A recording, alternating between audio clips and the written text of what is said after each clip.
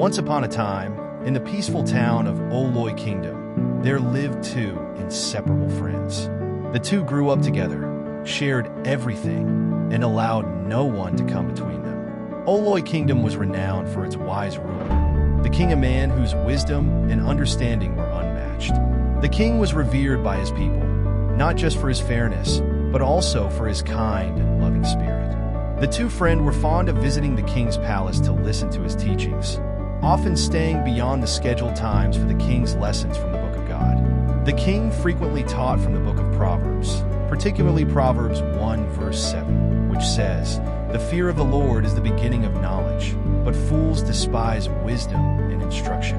My people, the king would often say, always fear God who created you. Follow his instructions, for only in his wisdom is your life safe and blessed. The villagers, including the two friends, would listen intently, nodding in agreement to the king's words. The next day, life in the village continued smoothly. Some villagers carried goods to the market on their heads. Others headed to their farms with tools in hand, while the elderly sat in front of their homes, waving to passersby.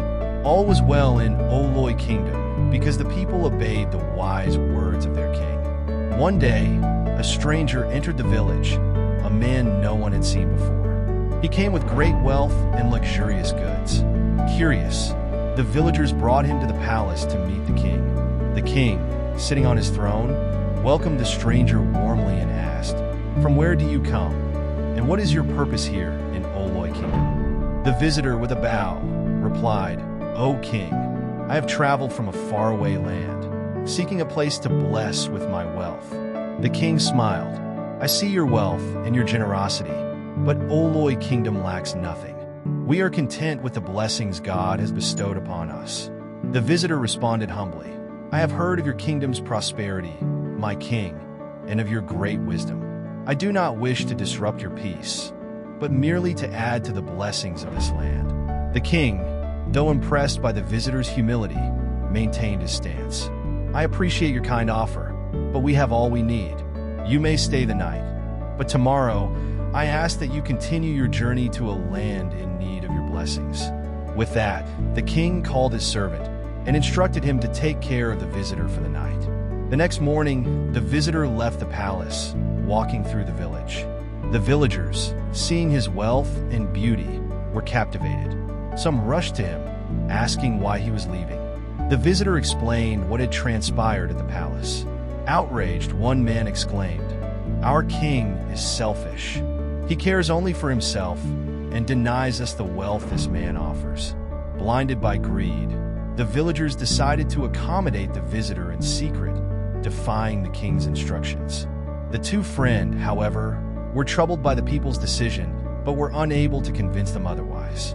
Days passed, and the king noticed that the usual crowd of villagers eager to hear his wisdom had disappeared.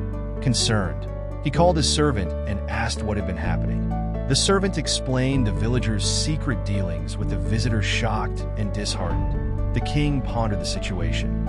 Just then, the two friends rushed into the palace and bowed before the king. The king smiled, welcoming them warmly. "Ah, my boys, how have you been? I've missed you." After the embrace, the two friends explained the chaos that had overtaken the village, how the visitor had deceived the people with his wealth and led them astray. "We have been trying to reach you, my king, but our parents and others have been convinced that you are the deceiver and not the stranger."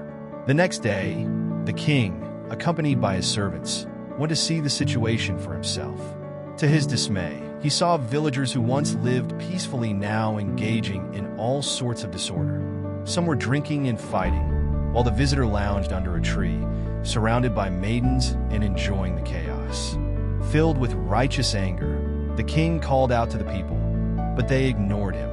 Proverbs 1 verses 29 to 31 echoed in his mind, "For they hated knowledge and did not choose the fear of the Lord. Therefore they shall eat the fruit of their own way." The two friends stood by the king's side, ready to listen. The king, with a sorrowful but firm voice, declared, "You have abandoned wisdom and sought after folly. Now, you will face the consequences of your choices. But for those who return to wisdom, there is still hope." The villagers, seeing the king's disappointment, began to realize the error of their ways.